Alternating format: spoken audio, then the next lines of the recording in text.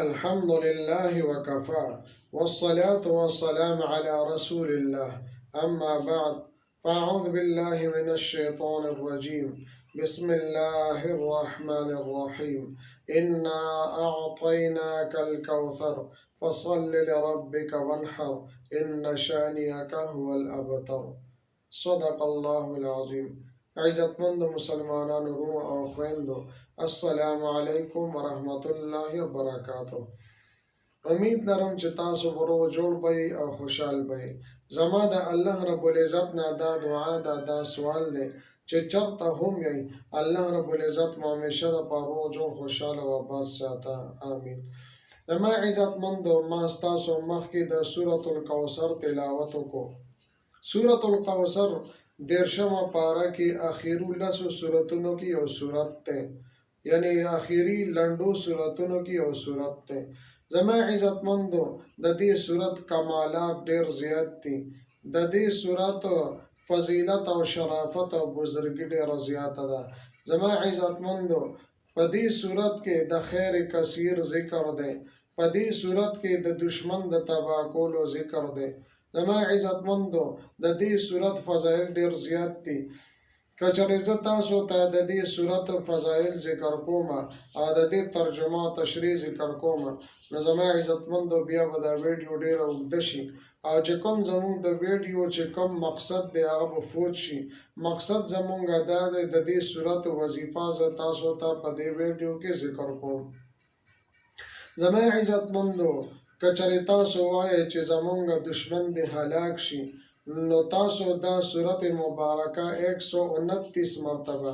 یو سل یو کم 10 پیرې تاسو دا سوره مبارکه روزانه د دې ورد کوئ. هغه دشمن چې هغه بالکل ستا په بیخکنۍ باندې لګیا دی او نږدې دی چې تا غرق او تباه کړي، ستا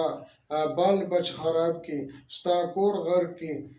دغه دشمن چې هغه ستا بیخو باسي او ډیر زیات تل نقصان درکول غواړي، نو ته به د دې سورت مبارکه 129 بار د دې روزانه ورد او وظیفه کې انشاءالله تعالی الله رب العزت به ستا دشمن غرق او تباه کړي. او که ته غواړې چې حضرت محمد رسول الله صلی الله علیه و آله وسلم سره په خوب کې دیدار او ملاقات وشي، نو د هغې دپاره هم سورة الکوثر 129 مرتبه یو سل یو کم 10 پیرې تاسو د دې ورد کوئ. انشاءالله تعالی د الله رسول صلی الله علیه وسلم سره به ستاسو په خوب کې ملاقات وشي.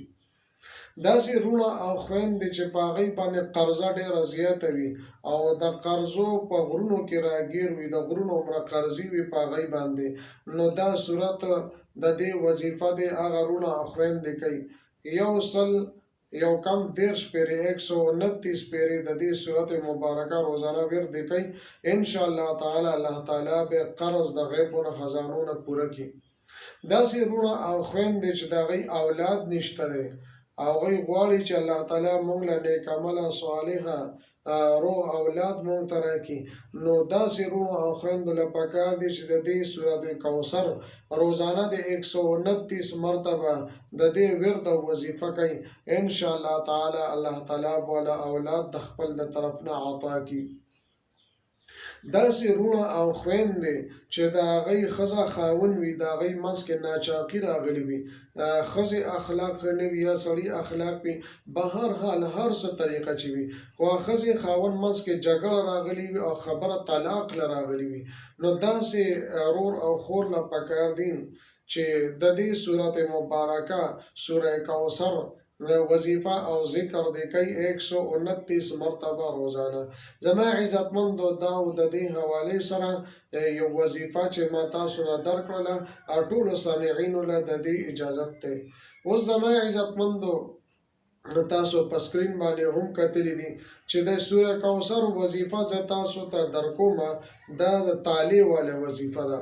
زما عزتمندو دا د طالع والا وظیفه ده. نو تاسو به داسې طریقه به وکئ چې تاله به تاسو راوالئ، که غټه وي که وړه وي، یا زړه تاله وي یا نوې تاله وي، هر څه چې وي، نو تاسو به یو تاله راواخلئ او پاغي باندې به اول به 11 پیره درود شریف وایي او بیا به 21 پیره بسم الله الرحمن الرحیم سره ان اعطیناک الکوثر سورت به تاسو 21 پیره وایي او بیا به 11 پیره درود شریف وایي او په تعالی باندې به چوف کې نو زما عزتمندو بیا به دغه تالی سره تاسو کوئ دا به تاسو بند کړئ او د دې په دې کړای کې به تاسو یو میخ به تاسو د دې په کړای کې به تاسو یو تار ور واچوئ او هغه به تاسو په دروازه باندې ځوړند کړئ یعنی د کوڅې په دروازه باندې نه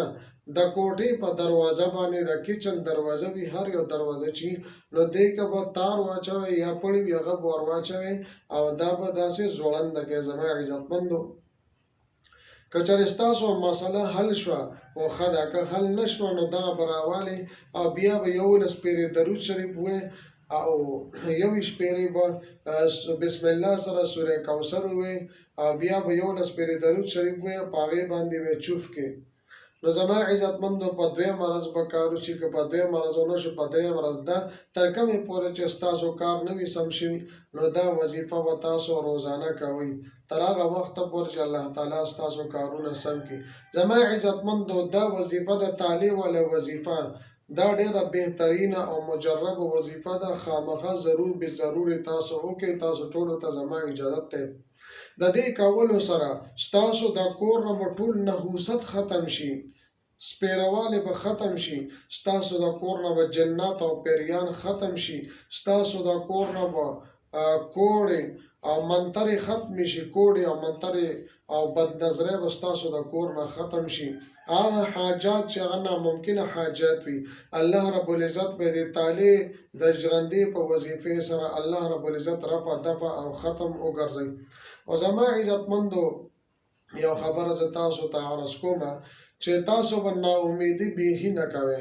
ځکه بعضې کارونو کې د الله رب العزت راز وي بعضې کارونه داسې وي چې